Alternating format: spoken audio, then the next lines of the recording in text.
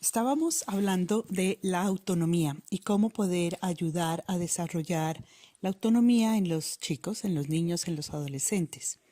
En el capítulo anterior hablamos de dos aspectos a tener en cuenta de la autonomía. Hablamos de el autodominio y la autoestima y un poco cómo se van dando en un proceso de ir sumando nuevos aspectos en el desarrollo del chico, y decíamos que en este segundo capítulo hablaríamos de 3 claves para desarrollar la autonomía.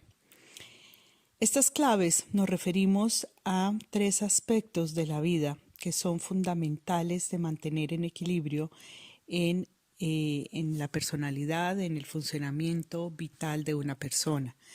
Una persona que cada cual tiene características individuales y particulares, pero estos 3 aspectos son necesarios para todo el mundo, y nos referimos a las facultades básicas y fundamentales de la personalidad, como es la voluntad, el sentir, el pensar. De estos derivan muchas cosas y de la combinación de ellos también, pero vamos a verlos en su significado y en los procesos evolutivos de cómo irlo fortaleciendo, y siempre en relación con lo que esto puede aportar a la autonomía de una persona.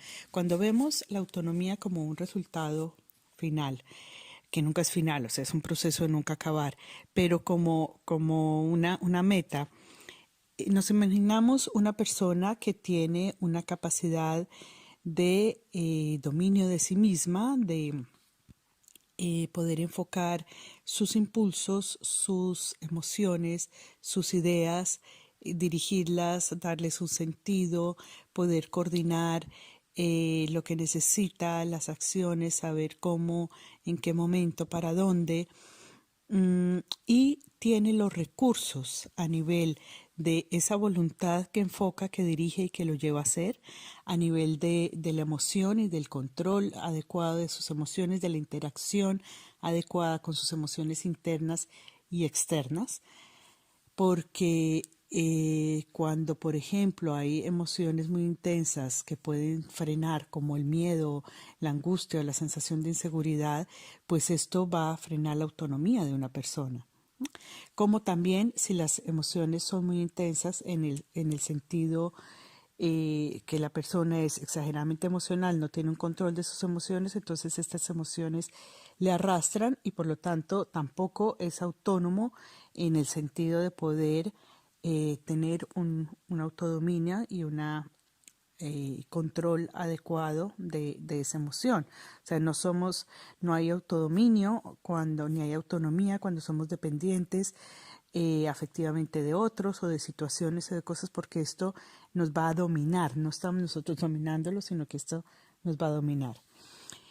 Y en el pensar estamos hablando de ideas, de conceptos, de esquemas, de tendencias que igualmente, si no hay una claridad, una capacidad de discernir, de entender, de enfocar las cosas, pues estamos sujetos, por ejemplo, a ideas que no se piensan o no se evalúan. Una idea, como pasa muchas veces, alguien lee algo y asume, esto es así porque lo leyó por allí, sin pensar, ¿será que sí, será que no, en qué momento, cómo lo aplico para mí, cómo aplica esto? Ahí no hay autonomía. Cuando no hay un pensamiento crítico, cuando hay un pensamiento capaz de evaluar, de mirar las cosas con discernimiento, nos falta autonomía, porque vamos a depender de lo que otros dicen o de lo que leímos o de lo que hemos aprendido y no cuestionamos. Y todo esto nos limita en la capacidad de ser personas autónomas y usar todos estos recursos. Entonces, por eso nos referimos siempre a estos 3 aspectos, y lo que vamos a tratar en este capítulo es cómo los podemos ver en los procesos evolutivos y cómo podemos irlos reforzando. Aclarar, y esto es muy importante, que no son independientes unos de otros, es decir, yo no puedo trabajar solo la voluntad sin trabajar el sentir de la persona, van siempre conectados, pero a nivel conceptual vamos a tratar de darle a cada uno su espacio y su forma, ¿no? Su forma en el proceso evolutivo, porque nos interesa mucho cuando hablamos de desarrollar estos aspectos, verlo en un proceso de crecimiento y de las diferentes etapas del niño. Un ejemplo que mencionábamos también en algunos de los capítulos es si una persona quiere llegar a ser ingeniero, digamos que ser ingeniero es el objetivo. Para ser ingeniero tienes que hacer una carrera de ingeniería. Para entrar a la carrera de ingeniería necesitas tener unas ciertos conocimientos, habilidades y destrezas previas. Tú no puedes llegar a la carrera de ingeniería sin saber sumar, restar y tener unas habilidades matemáticas y ¿no? de ingenio, porque te va a tocar, o sea, no vas a poder. Allí se supone que ya llegas con un pre. Ese pre es el proceso de desarrollo y de crecimiento que lleva a preparar para llegar a ser ingeniero. Entonces, lo que estamos mirando aquí es un poco ese proceso en el desarrollo que desde la vida y las diferentes etapas y estos aspectos que vamos a mirar puede ayudar a llegar a la autonomía. Claro, la autonomía tiene muchas variables según cada persona. Como ingenieros hay muchos según cada persona. No todos los ingenieros son igual, ni se idean lo mismo, ni trabajan en lo mismo. Ahora sí, comenzaremos entonces con este proceso del cual estábamos hablando. Así que vamos a hablar de estos tres aspectos o facultades. La voluntad sienta mucho sus bases en los primeros años de vida, porque la primera voluntad que tenemos que ejercitar es la conquista del cuerpo, de los sentidos, del movimiento, de la coordinación para poder hacer el caminar, por ejemplo. Es un enorme acto de voluntad del niño cuando se levanta muchas veces después de caer para volver a intentarlo. Y entonces en estos primeros años se establece mucho de estas bases que decíamos de la voluntad. Una de las cosas importantes allí es establecer ritmos. Los ritmos que son un poco la continuación del cuerpo físico en el cual todo es ritmo, ayudan al niño a saber qué, cómo y cuándo. El ritmo de alimentación, el ritmo de sueño, el ritmo de actividad y pasividad. Toda inhalación tiene una exhalación. Es muy importante que cuando hay mucha actividad para el niño después haya tiempos calmos de descanso, de exhalar y de entrar en lo interior. A estos ritmos nos referimos. Inicialmente pues es simplemente la alimentación, los ritmos del sueño, pero poco a poco entran otras actividades y es importante que siempre haya digamos, este ritmo de tiempos, no una cosa rígida, estricta, pero sí en la cual el niño sepa qué, cómo, cuándo. Esto le da seguridad, le da confianza y esto es uno de los aspectos importantes allí en la voluntad. De allí, digamos que un paso adelante sería el saber cuándo sí, cuándo no, lo que sí y lo que no, empezar a establecer límites. Claridad en lo que es bueno para él o no, lo que es adecuado o no con respecto a ciertas normas de la familia y del entorno que necesariamente tiene que irse acomodando, ¿no? Tiene que ir encontrando estos aspectos en su vida diaria. Muy importante también desde el inicio que el chico aprenda a valerse por sí mismo en las cosas que puede hacer. El niño puede empezar a hacer pequeñas tareas cuando él empieza a querer vestirse o pues le vamos dando poco a poco. Y también antes en el otro capítulo hablábamos, por ejemplo, de cosas como la imitación.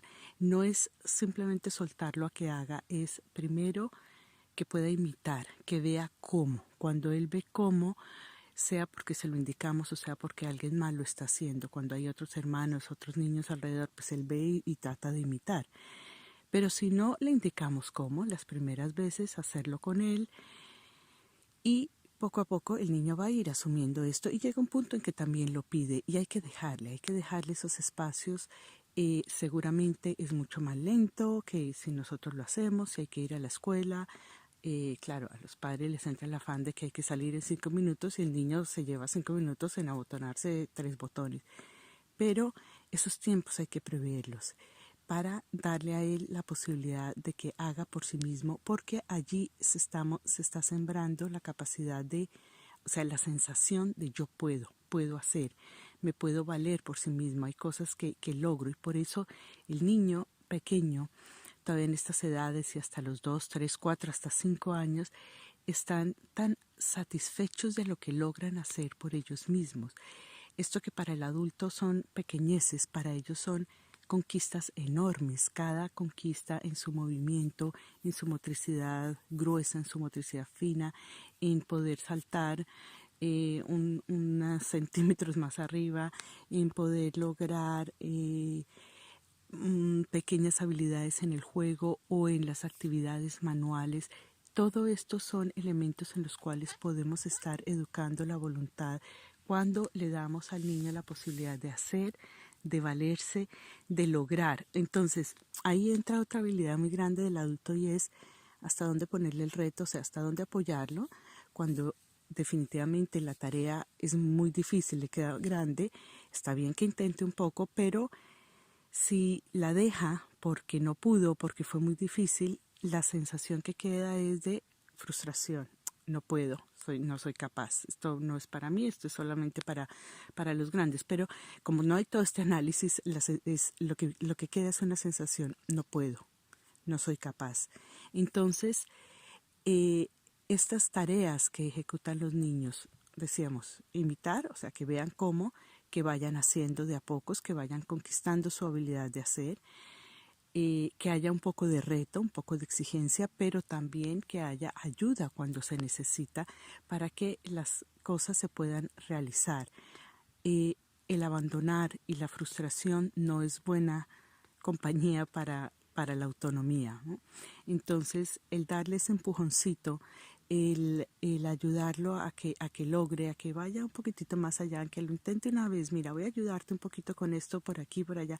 A veces sin ni siquiera decirlo, se puede dar esa pequeña ayuda para que el niño pueda realizar lo que está haciendo y llevarlo a término. Llevarlo a término es muy importante para la voluntad. Es una de las cosas que después en el adulto falla mucho, porque simplemente no puedo, lo voy dejando y esto se vuelve, ahí se establecen hábitos también en los primeros años, hábitos consigo mismo, hábitos de vida, hábitos de cómo llevar esa voluntad y la ejecución de cosas a término.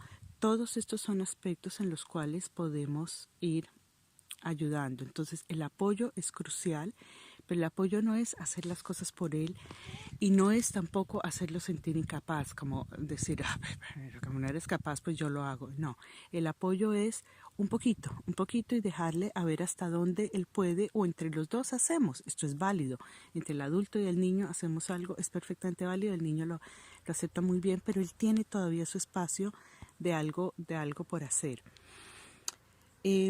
Así que los retos van creciendo a medida que el niño va creciendo, tiene más habilidades, tiene otras capacidades, tiene otras cosas, le vamos dando otras tareas y otros retos, digamos, para lograr involucrarlo en las cosas de casa. Son muchos los padres que se lamentan de que el niño no hace y no colabora, pero es que de pequeños nunca los involucramos, al contrario, los mantenemos lejos de la cocina porque es un peligro, esto no lo hace el niño porque no sabe hacerlo, esto no es capaz. Busca algo que sí pueda hacer. Si tú le indicas al niño cómo limpiar algo o cómo barrer un pequeño espacio o cómo, o sea, son cosas en las que ellos pueden ir colaborando, poner la mesa, recoger la mesa, y poco a poco esto va aumentando, con lo cual también hacen parte las personas tenemos que ser parte de una familia para después poder hacer parte de una sociedad, sentirnos partícipes, que tenemos algo por aportar, que nuestro aporte ayuda y es válido, ¿no? Y lo otro importante que ya toca mucho con el siguiente elemento es reconocer su valor, reconocer su valor y su individualidad. El hecho de que, no sé, los niños de pronto empiezan a lavar, a ayudar a lavar la loza, los platos. Hay unos que son muy rápidos, hay otros que son muy lentos, algunos los harán con mucho cuidado, con mucha perfección, otros menos. Esto también va en lo individual, ¿no? Entonces, entre indicarle de pronto por ser muy rápido no lavo bien, decirle, bueno, muy bien que eres rápido, pero mira, puedes hacer más atención a esto. O sea, es una indicación que está reconociendo su valor, aunque le está dando una indicación también de cómo mejorar, pero evitar la valoración de esto está bien o esto está mal o este es mejor que otro, porque el momento que yo le diga al niño, qué mal lo hiciste, mira cómo quedó sucio, piensen siempre en qué es el mensaje que le queda al niño. Qué tonto soy, no soy capaz de hacerlo bien, no puedo hacerlo bien, ¿no? Para algunos esto puede ser una motivación para esforzarse un poco más, pero la mayoría de las veces es, lo dejo. O me esfuerzo por darle gusto a quien me lo exige, pero no estoy reconociendo el valor de hacerlo bien, ¿no? Sino de darle gusto a esta otra persona. Así que ahí tenemos bastante para trabajar. El sentir es algo que es muy, muy importante tener en cuenta. En el sentir, a ver, uno de los aspectos fundamentales que tiene que estar siempre como ingrediente principal en toda la crianza es el amor. Definitivamente es sin esta sustancia, sin esta emoción, elemento que envuelve, que suaviza, que endulza, todo va a ser mucho más difícil. Ahora es importante entender cómo percibe el niño el amor en los diferentes momentos. Volvamos un poco al niño pequeño, después avanzamos un poco más también sobre los otros. El niño pequeño, el niño pequeño necesita primero que todo cuidado, atención a sus necesidades, sentir que el mundo lo acoge, lo cuida y que él puede estar seguro en un estado tan dependiente que tiene, que hay un mundo que le asegura su supervivencia y que le asegura su bienestar. Y su supervivencia es comer, es descansar, es estar cómodo, pero es también sentirse acogido, físicamente acogido. Por eso para los niños es tan importante el contacto, el abrazo, el masajito, el estar muy cerca a la mamá o a quien lo cuide. Se ha visto en muchos estudios antropológicos que los niños que crecen en las culturas que los llevan pegados al cuerpo en los primeros meses se desarrollan muchísimo más rápido que los niños que están quietitos en una cuna. Después hay muchos otros factores que entran a jugar allí en el desarrollo, pero esa primera etapa, ese contacto es fundamental y es la forma como el niño percibe el amor. Entendamos que no serviría, a un bebé no le sirve que le estés diciendo te quiero mucho, cómo te amo, qué lindo eres, qué maravilloso eres, si no lo puede sentir. Él percibe, él vive el mundo todavía a través de sus sentidos. Entonces, tiene el tacto, que es uno de los sentidos que más le transmite a él ese calor, ese contacto, ese estar apretadito, abrazado, seguro, es algo supremamente importante que va cambiando luego en el tiempo. Luego ellos van teniendo más espacio, se van soltando, pero este contacto no le tengan miedo. A veces la gente ya empieza a sentir que ya es grande, entonces ya no necesita esto. El contacto sigue siendo un elemento fundamental en el ser humano como transmisión de afecto. Ahora, claro, entran otros elementos. Entonces entra este elemento de acogerle, no solamente en sus impulsos más básicos, sino en lo que es, en lo que le gusta, en lo que quiere, en darle espacios para él, que tiene que ir junto con lo que hablábamos antes, ¿no? Con una normatividad, con unas reglas, con un orden que hay en un espacio. Querer al niño no es darle todo lo que quiere, todo lo que pide, todo lo que desea. El deseo tiene que irse educando en un control, porque del control del deseo viene después el control de la emoción. Entonces, si el niño obtiene todo lo que desea, el niño se vuelve voluntarioso, no con voluntad.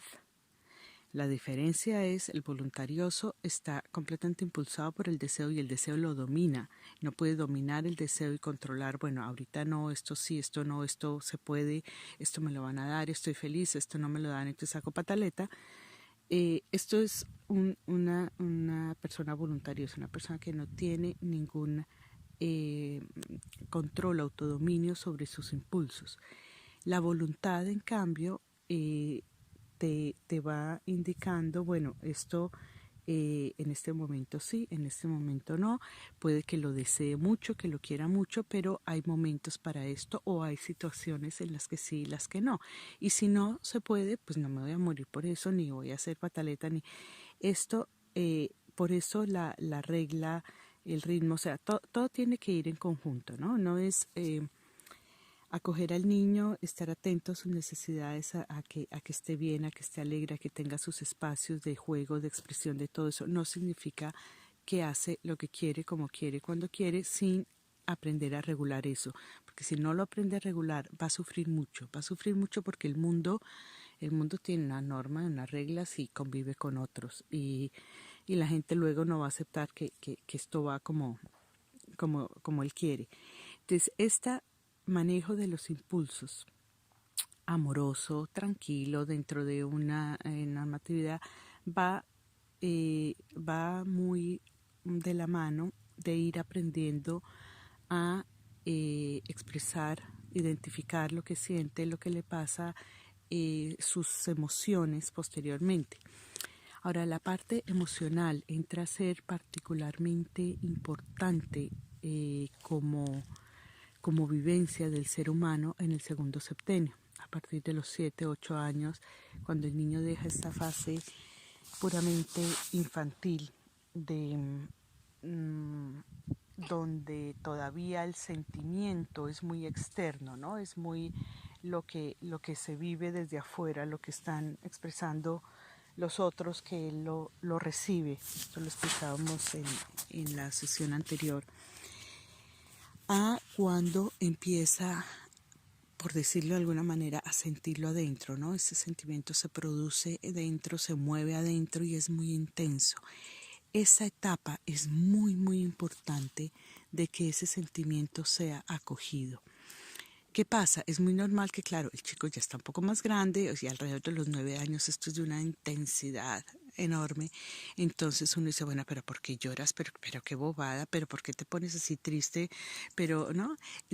De pronto la interpretación del adulto va sobre la percepción del adulto.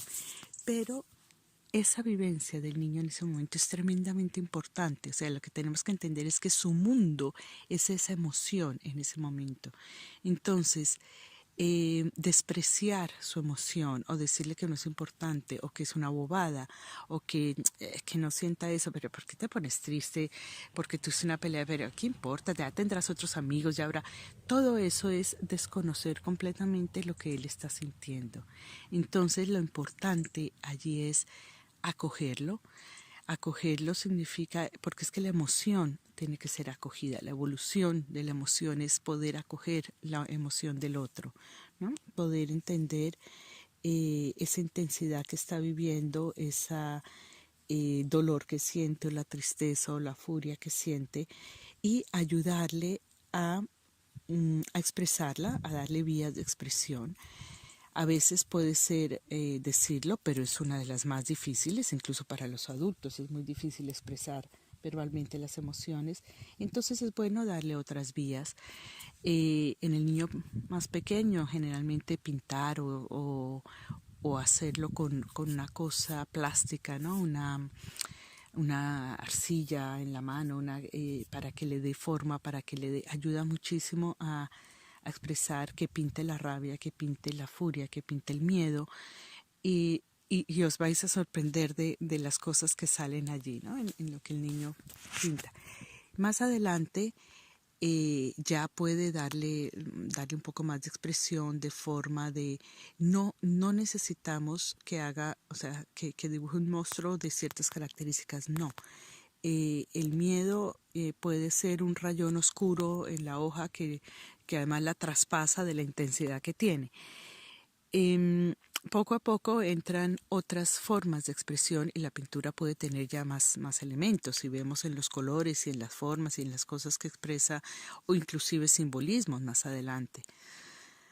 Mm, Ahora pueden entrar en esta expresión de sentimientos, inclusive el movimiento. Muévete, cómo te sientes, camina, salta, deja que salga eso que estás sintiendo, ¿no? Que tu cuerpo lo exprese. Esas son otras formas de manifestarlo. También cuando ya los chicos escriben, dominan la escritura, todo eso, escribir puede ser una vía. Escribe un cuento, inventa un personaje, dale un nombre, qué le pasa, cómo se siente, qué historia tiene, darle, puede ser verbal o puede ser escrito. O sea, esto también depende un poco del chico y de la vía que más se le facilite, pero es bueno enseñarles y darles varias opciones distintas, ¿no? Inclusive salir a caminar, mira, vamos a dar una vuelta, caminamos un rato y te aireas un poco lo que sientes. O vamos a, no sé, hacer deporte, a ir a jugar al parque. Todo esto va cambiando también según el momento del chico y según la necesidad que tenga y la emoción que haya que expresar. Entonces de allí uno es expresar y otro es comenzar a darle pie, ayudar a transformar su emoción. Transformar significa que de la ira, por ejemplo, una vez se calma, eso se puede calmar y puede volver a sentirse bien, alegre, optimista, capaz, ¿no?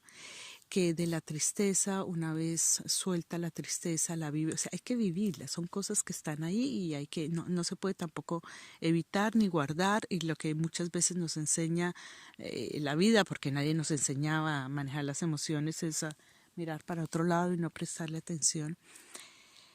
Se vive, se observa, se entiende qué está pasando, no con explicaciones filosóficas, sino esto es lo que me puso furioso, esto es lo que me hace doler, esto es lo que me causa tristeza, y después comienzas a transformarlo. Entonces, ¿cómo lo transformas? Con otras emociones que compensan, con otras emociones positivas. Entonces, si está triste una vez, bueno, has sentido la tristeza, qué es lo que pasa, lo expresas de una manera u otra, y vamos a buscar un poco de alegría. Busca algo que te ponga alegre, te pone alegre.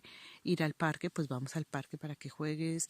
Te gusta, no sé, preparar algo, cantar, oír una música, buscar alternativas que nos den ese otro tono.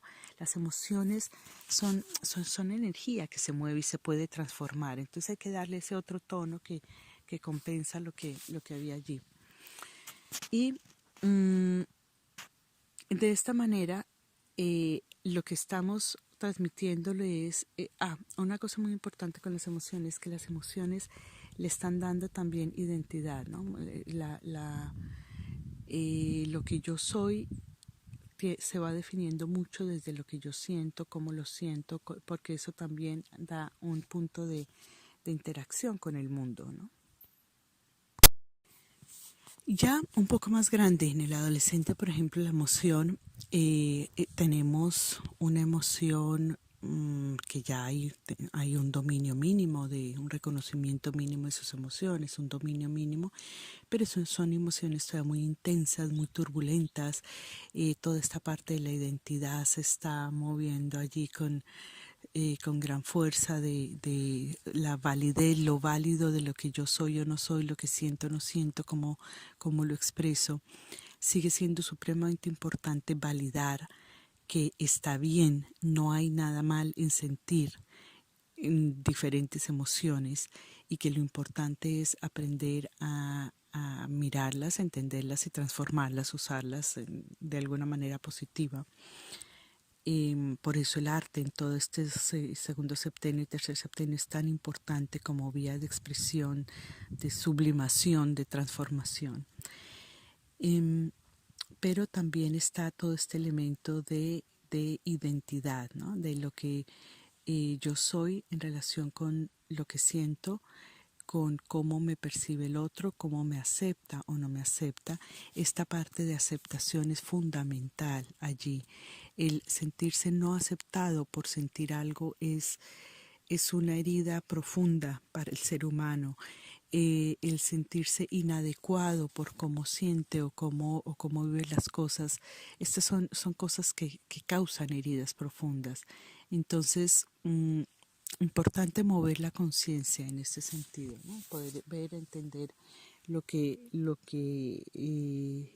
está percibiendo el chico de esto mm, y darle cada vez más espacio. Sus emociones empiezan a ser cada vez más privadas, cosas que antes compartía, de pronto no comparte tanto eso, porque eh, uno generalmente no se sienten acogidos, aceptados, identificados con eso, y dos, necesitan mucho de sus iguales para poder comparar y mirar esto. Entonces es importante dejar abierto unos espacios de confianza, de que puede compartir, pero no se puede empujar demasiado esto. Quizá una de las formas de que facilitar esto es compartir un poco vivencias o experiencias. Si uno recuerda cómo se sentía cuando tenía esa edad, puede decirles, yo me acuerdo esto me pasaba y me sentía así. Esto es un alivio enorme para ellos de poder ver que ese adulto también lo ha sentido, también ha pasado por allí, que tiene solución. Esto es importante. Y lo otro, en los adolescentes hablamos siempre de crear puentes, ¿no? De ir allí a su mundo antes de pretender que ellos se comporten como adultos. Hay que entender que todavía están lidiando con un montón de emociones que no saben qué hacer con ellas. Entonces, ir allí, abrir espacios de diálogo, de preguntar en una forma abierta, de comentar cosas, de buscar libros a través de los cuales ellos puedan identificar esas cosas que están viviendo, que le están pasando, o películas, y entonces se ven juntos y después se comenta un poco la película. No estamos abriendo posibilidades de diálogo y de intercambio con ellos, que es muy importante, pero es también importante saber que es un periodo en que normalmente se van a aislar un poco, se van a alejar, y hay que darles ese espacio, dándoles también al mismo tiempo la seguridad de que aquí estoy como padre o como madre, aquí estoy, te amo, te acepto con lo que eres, con lo que estás pasando, y aquí estoy, pues cuentas conmigo, y cuentas conmigo desde el amor, desde la aceptación, desde la validación de lo que tú eres. Y es a veces difícil porque nos reta como adultos. La adolescencia de los hijos también es una segunda adolescencia para los padres, ¿no? Es un segundo confrontar todas estas cosas que seguramente no hemos resuelto tampoco totalmente. Así que hay que hacer ese ejercicio de autoobservación y de trabajo interior también. Y por hoy dejaremos aquí. Ya en un siguiente capítulo hablamos de el pensar, porque es otro proceso amplio y que nos va a llevar más adelante.